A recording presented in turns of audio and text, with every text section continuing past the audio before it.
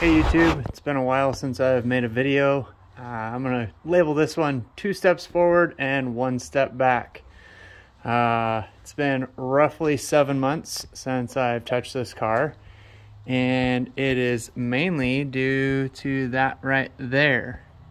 That is my baby girl, and she has taken up quite a bit of time, but she is now sleeping through the night and hopefully is gonna allow me some free time to work on my project again. Over the off season, I'll call it, I did some horse trading and acquired a 2-post lift, which may or may not be cool. It's kind of annoying because to get in and out of the car, there's not a whole lot of room between the door and the post, but we will see. Another learning curve of the 2-post lift as I was pushing the car back and managed to break the side view mirror. Let's see. I haven't gone back and watched any of my old videos, so I have no idea what I've videoed and what I haven't, so this will be kind of just a broad overview. I ended up remaking the seat mounts because somehow the seat was about 3/4 of an inch too far towards the center console. I've got my electric power steering Prius column in. I haven't tested it in the car, but I have tested it out of the car, and it's fully combined with the stock Camaro steering column. My old phone broke, so I'm using a new phone. So if I can get the videos, I actually did a few videos on how I combined the 69 steering column with the Prius steering column, which was relatively straightforward, except for the rod that goes from the ignition to the module that's mounted. You probably can't even see it, but mounted on the side of the steering column. That was pretty tricky, and I'm not sure I've got it perfect yet. I have the floorboard mostly cobbled back together around the transfer case. Let's see. It's not pretty. It's a little bit Frankenstein, but I was trying to preserve as much floorboard as possible. I've got a brace bolted to the transfer case. It's welded to the subframe connectors.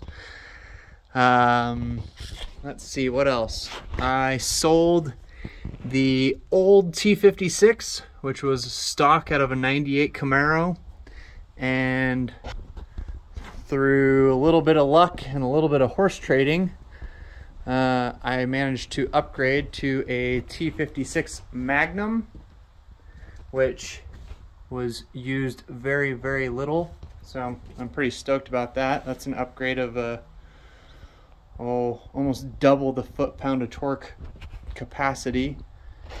I have 2 steps forward, 1 step back.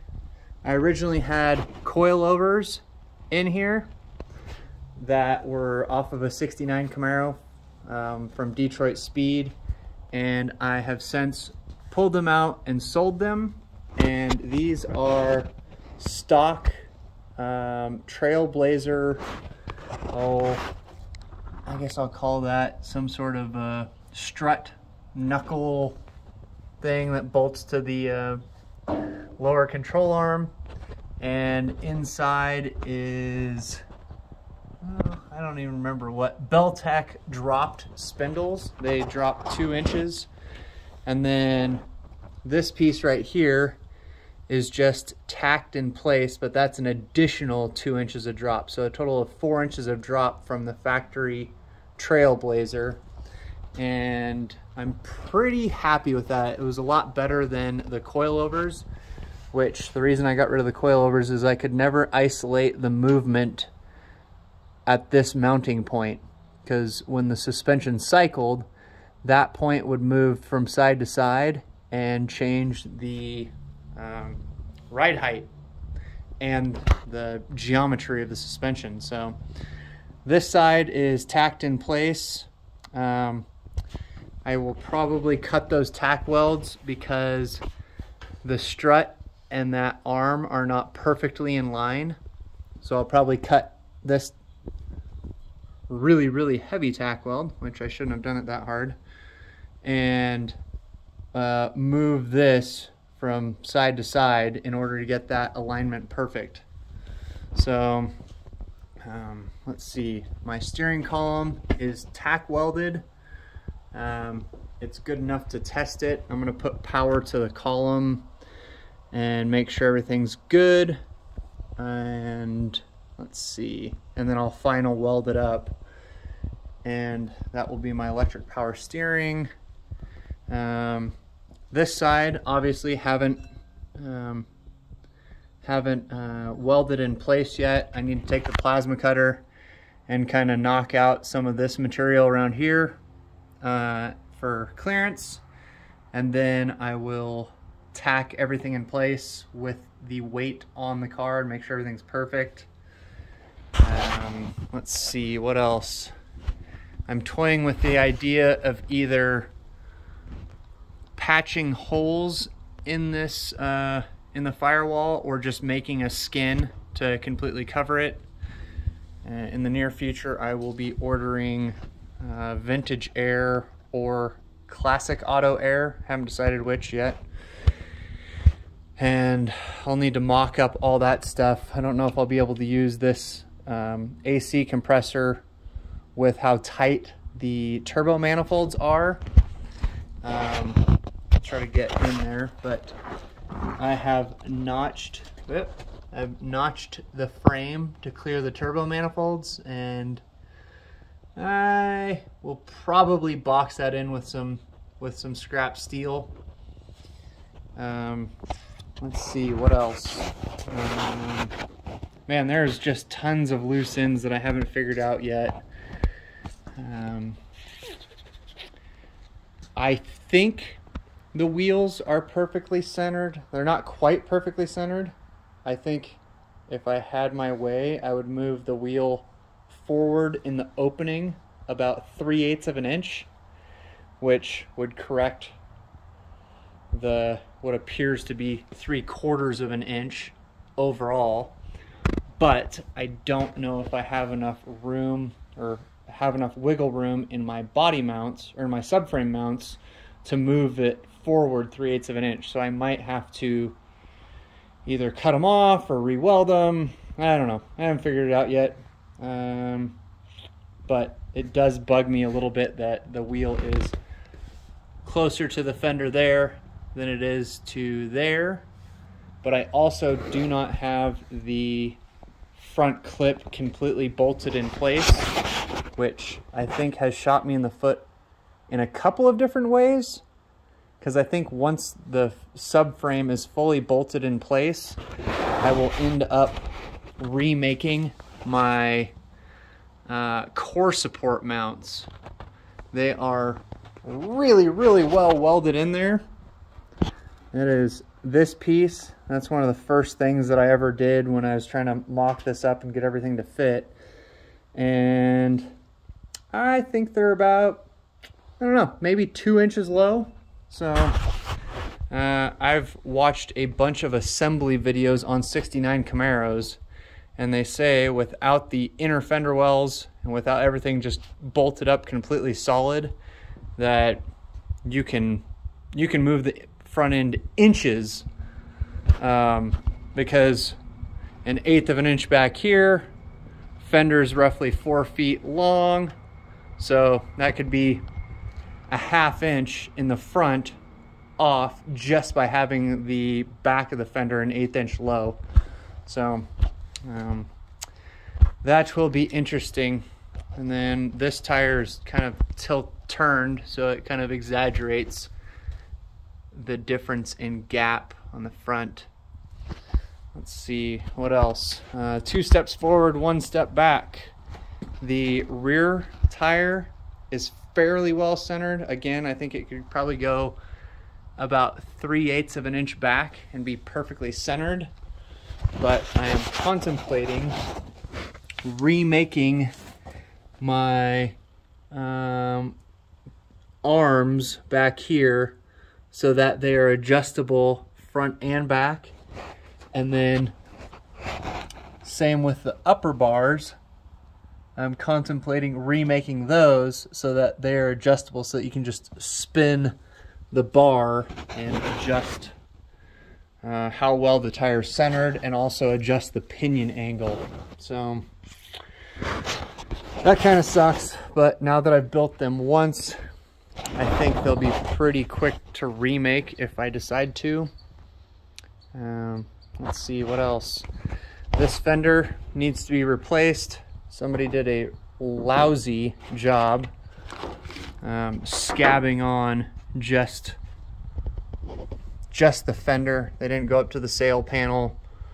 I'm not quite sure where in here it's welded together, but I'm sure once I get the Bondo off, it'll be pretty obvious. I also had the thought, since this fender is going to be thrown away, of practicing on this fender to put in a strip of metal in here to Coke bottle out the rear fenders by maybe an inch or two, so that I can get some additional clearance with the fender well, or with the fender lip. Because I mean I can roll this a little bit, or I've thought about cutting it and then welding in like some 3/16 round stock to create a wheel well opening that's a little bit smoother and not so janky. But yeah, because right now under its own weight it rubs on that fender lip on both sides. So let's see, I think that's all I can really think about right now. I want to get these coilovers finalized, or these struts finalized, welded in place, so that I can move on. I'm going to put power to the electric power steering, make sure that's all good. Then I'll take it all apart and weld it all up, put the boot back on that. I have the crossover for the turbo built and wrapped with V-band clamps, and another manifold there. This manifold is built but not wrapped, and I need to figure out where in the front the turbo is going to fit. It's pretty tight in here, and I mean I'm thinking the turbo is going to be here, but I haven't built the piping that goes from the manifold to support the turbo. And then there'll probably be some sort of rod to support the turbo because it's massively heavy. Yeah, kind of just been collecting a bunch of parts and pieces while I haven't been working on it. Got an overflow can here, just a Amazon whatever cheapy special. I got fuel line, bought a fuel pump. I finally got my Terminator X Max. It took 6 months to arrive, and I haven't even opened the box yet. I just wrote Terminator X and put it on the shelf because I have had zero motivation to be out here in the shop. But now that it's kind of pretty, hopefully we'll get some more snow, but it's not looking like it. But hopefully I'll be able to start logging some hours on this thing. I also butchered a hole in my core support to kind of see where the intercooler would fit. When I finally do get it a little bit more perfected, I'll probably recut this part and box it in and try to make it look pretty. But again, that's going to share some real estate with the air conditioning components and the radiator, so I need to get some more bits and pieces in there before I start finalizing locations. So anyways, that's where the project's at, and that's why it's been such a long time since I've made a video. I'm also thinking of selling the factory cowl induction hood because it's an original, not a GM, not a reproduction, not a GM reproduction or anything like that. It's an original to the car, and I think it's worth quite a bit of money. And the reason why I'm thinking of selling it is to run a flat hood, because right here, this little part so far does not clear the inner hood structure, and I don't want to cut up an original hood. Maybe when I get the core supports rebuilt, it will raise it up enough to where it clears that. Who knows? Anyways, that's where it's at. Hopefully there'll be some more videos, and it won't be another 7 months until I video something, or until I have some progress made. So anyways, let me know what you think. Talk to you later.